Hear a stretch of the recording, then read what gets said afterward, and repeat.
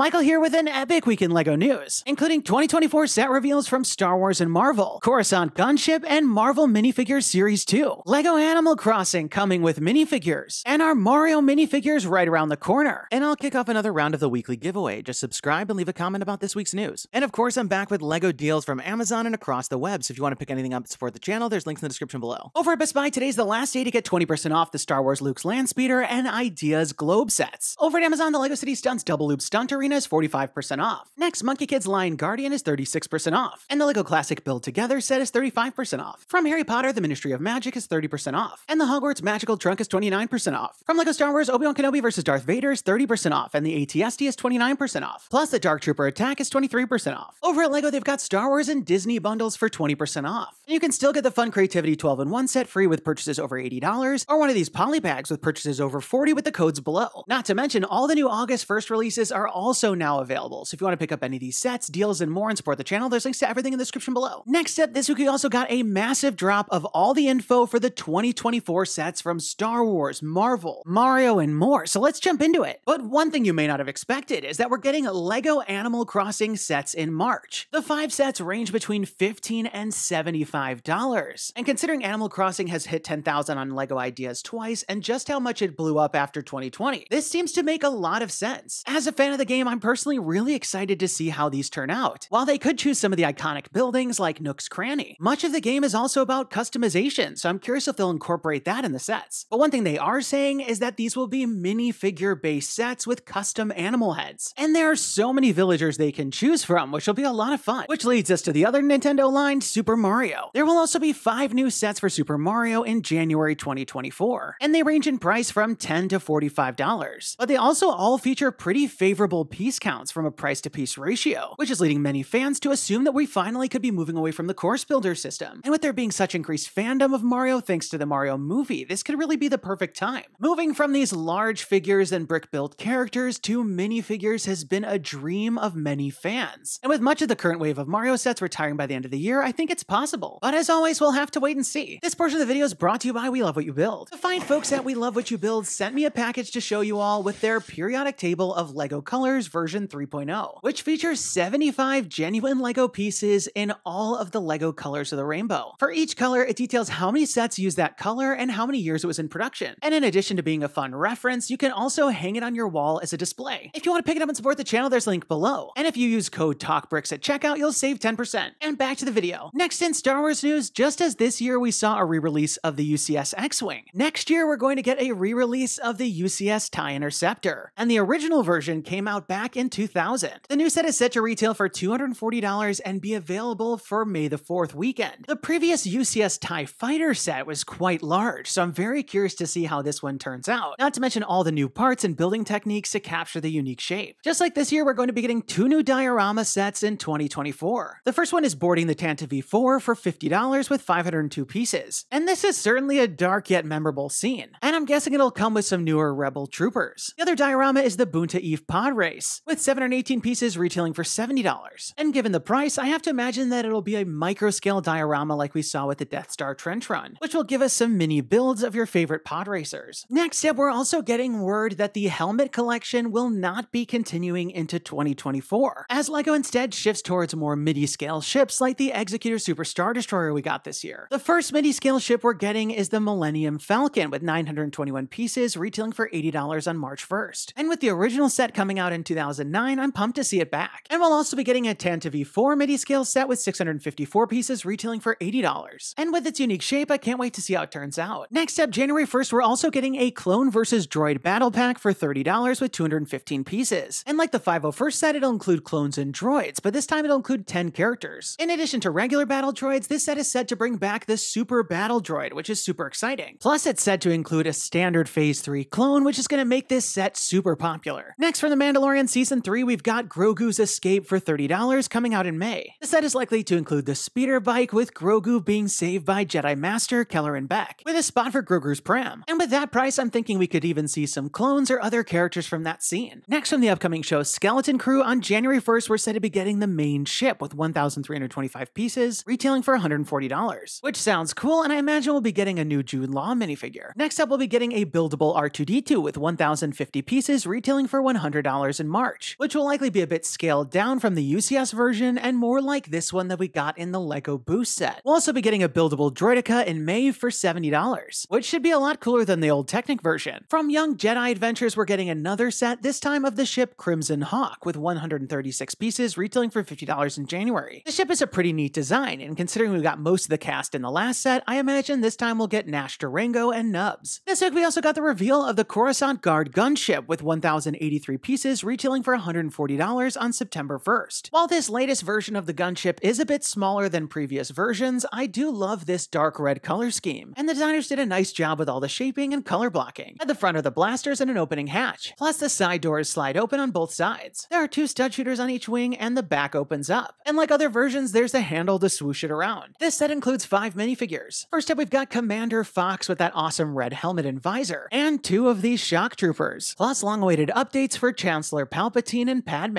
Next, for Marvel, we're getting an X-Men jet with 359 pieces, retailing for $80 in January. The last version of this set came out in 2014, so it'll be great to get an updated version in time for the new X-Men 97 show, hopefully with even more X-Men minifigures. And while the price point would make me think I'm gonna get an awesome ship like the recent Quinjet, the low piece count makes me think it might be more like the recently revealed Hoopty. On August 1st, we got the Spider-Man Final Battle from No Way Home, and we're going to be getting another expansion set with 347 pieces, retailing for $35 in January. And included is rumored to be the black and gold suit Spider-Man, Electro, Lizard, and a buildable Sandman, which was teased in the original set. Next, we're also getting a set from the new Captain America Brave New World. The set is set to include 223 pieces and retail for $50, and we can expect it to include Captain America, and I'm hoping for a Harrison Ford Red Hulk. Next up, we've got Rocket Raccoon's Warbird with 290 pieces retailing for $35, which is amazing since the original version was a Comic-Con exclusive. And in addition to Rocket, the set is set to include Ronan the Accuser, which we only got in one set back with the original Guardians of the Galaxy. And speaking of Rocket, we're also getting a buildable Rocket Raccoon with 566 pieces retailing for $55, which for me fills the slot for Venomized Groot or the I Am Groot sets we've gotten previously. From Spider-Man, we're getting Spider-Man's car with 227 pieces retailing for $30, which includes Venom and a Venomized version of Green Goblin. We're also getting Venom and Doc Ock with 77 pieces retailing for $10, which reminds me a lot of those 4+ face-off sets. The mech line is back with 2 more mechs retailing for $15 in January. We're getting our first mech for War Machine, which I have to imagine will be pretty fun and heavily equipped. And we're getting another one for Venom, with the previous one being bundled with that Spider-Man Noir set. The buildable figure line is also back with 3 characters in April, each retailing for $35, with one being for Sam Wilson Captain America, Spider-Man from No Way Home, and Green Goblin, though I'm hoping he comes with this helmet. This week we also got the reveal of the Marvel Minifigures Series 2 coming in September, which is sadly also the first series to be coming in the new cardboard box design, which won't let you feel for each figure. There are 12 minifigures in total. First up, we've got Mr. Knight with his 2 sticks and Moon Knight with the awesome new hood, weapon, and dual molded legs. Plus, Mr. Knight also includes this printed fish tank. Next, we've got Kate Bishop and Hawkeye, both with new bow pieces. Kate has the Hit the Spot pizza box as well as Lucky the Pizza Dog, and Hawkeye features the recolored Friends hair and that new smaller owl piece. Next, we've got Wolverine with great printing on dual molded legs and a Sentinel head, plus he includes an alternate hairpiece. Next, we've got Storm and Beast, each with a brand new hairpiece that looks great. Storm has her cape, Beast a mug, as well as this small microscope build. Next, we've got She-Hulk with dual molded arms and legs, a cell phone print with Wong, and this GLKH brief about Abomination. Next, we have Echo and Goliath. Echo has dual molded arms and Goliath has dual molded legs. Echo has an unbelievable new prosthetic mold, and Goliath a nano figure for Ant-Man. And finally, we've got Agatha Harkness and Werewolf by Night. Agatha features Power Blast pieces and the werewolf has dual molded legs. Plus, you gotta love Agatha's expression and the printed book for the Darkhold. And here's the werewolf's alternate expression and the new hairpiece. And I can't wait to pick these up next month. Next, in LEGO Ideas news, there were 3 more projects that 10,000 supporters on the platform this week, so let's break everything down. First up, we've got the Krusty Krab. Straight out of the SpongeBob cartoon, this build looks absolutely perfect. This is the second time this project has hit 10,000 supporters, but you can easily see why with all the great Easter eggs and intricate builds on the interior. Fans of the show have been clamoring for this one for a while, so I would love to see it finally get picked. Next, we've got Mary Poppins Cherry Tree Lane's 60th anniversary. The build does an amazing job capturing the magic and nostalgia of this Disney classic, and I love how the build makes a really nice display, but you can also flip it around to play inside. While I'd love to see this get chosen, this isn't the first time this one has hit 10,000 supporters, so I'm curious how it'll do this time. Finally, we've got Taylor Swift Lover House, and if you feel like you're getting deja vu, you're not alone, because this is actually the 4th project based on this property in this round alone. This designer also did a really nice job capturing all the different rooms based on Taylor's albums. And with so much clear demand for Taylor Swift, LEGO might have to listen. But as always, we'll have to wait and see. So there you have it, a truly epic week in LEGO news, and it's hard to believe that we're already getting so much information about next year's sets. I personally can't wait for all the new sets for Star Wars and Marvel, not to mention that we're getting our own Animal Crossing theme, and the possibility of Mario minifigures is super exciting. But with September releases like the Marvel minifigures, we've got a lot still coming this year. Be sure to leave this video a thumbs up down below if you're as excited as me, and don't forget to subscribe because I'll be back next week with even more LEGO news. And let me know your thoughts in the comments down below. What did you think about all the stories? And which one are you most excited about? And now we've got this week's giveaway winner. Congratulations! And be sure to email me from the About page on my channel so we can coordinate about the prize. And if you want to enter this week's round, just leave me a comment about this week's news. You must be a subscriber to win.